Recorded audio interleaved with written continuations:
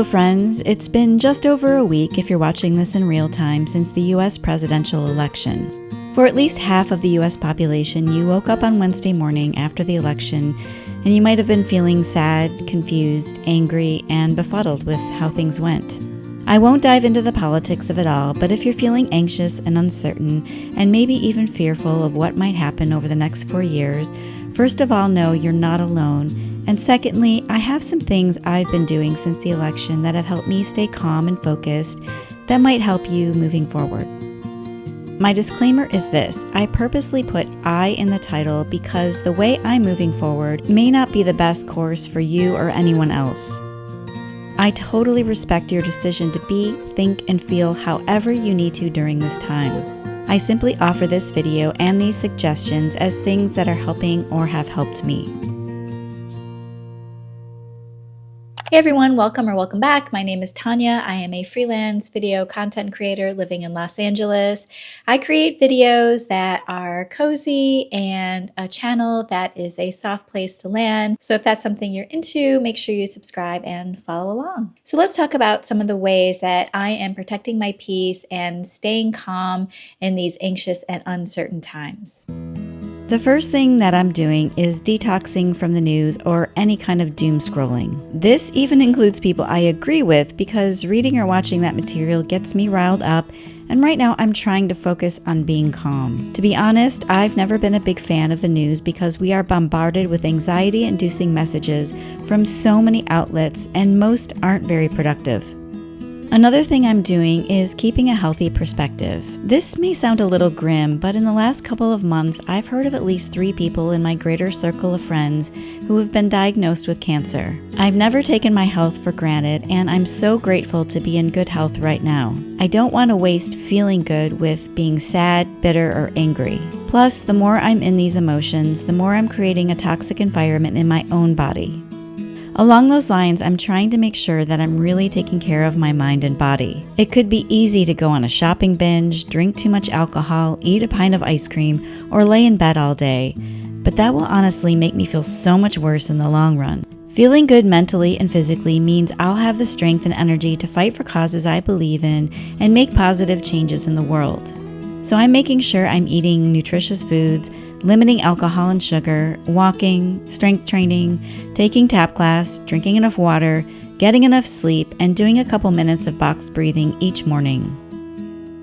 The next thing I'm doing is making sure my inner circle is a happy and peaceful place. This means setting firm boundaries so my little world remains peaceful. That might include unfollowing, snoozing, or even unfriending people that don't bring anything positive to my table. Like I said before, limiting news and social media, but also consuming media that is more beneficial to my mental health.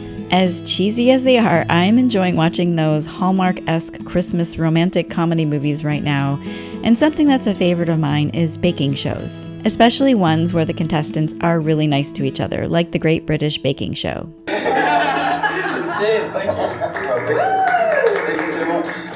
I also get a lot of joy of going to my tap class and love being around the women in that space who are all fun, supportive, and kind. Additionally, I'm enjoying cooking for friends and trying some new recipes. I made some beef stew, homemade bread, and no-bake healthy peanut butter cups for my good friend Colin recently, and we had a good chat about life and some of the ways he's been protecting his own peace. I think I've learned a lot, especially in this past year, of protecting my peace. And I think the first step for me is to be completely confident with my thoughts on different things and different scenarios. I think that when you're confident with, your opinion, it's easier to speak about it like in a smooth way. And I also think talking to friends and being extremely open and honest has always really helped me, I'd say.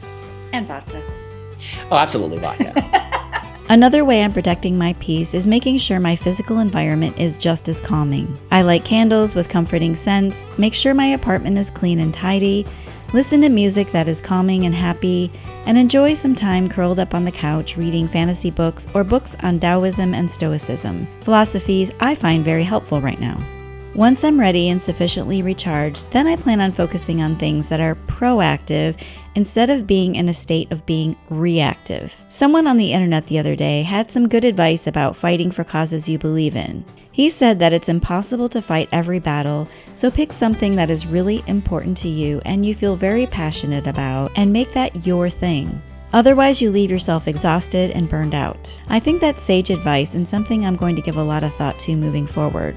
I won't ever give up on the fight for things that are important for humanity, but right now your girl's taking a little rest.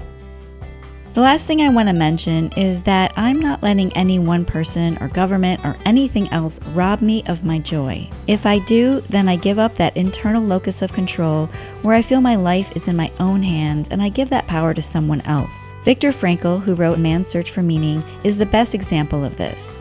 He was in a Nazi concentration camp during World War II, and in the most dire conditions of human suffering, he found that no one could steal his purpose for living. Something else that I do is I don't get into any online arguments or respond to anyone who's being super negative. I was watching Instagram Reels the other day, and there was this really funny video from these vets who were going through the different types of dog breeds and like reenacting them as if they were the dog. And it was so funny. I was laughing hysterically. And I don't know why. I went to the comments and like the first comment I saw was, "It's atrocious that you're making fun of dogs this way." And I was like, wow, there is someone out there who's going to see the negative in absolutely everything.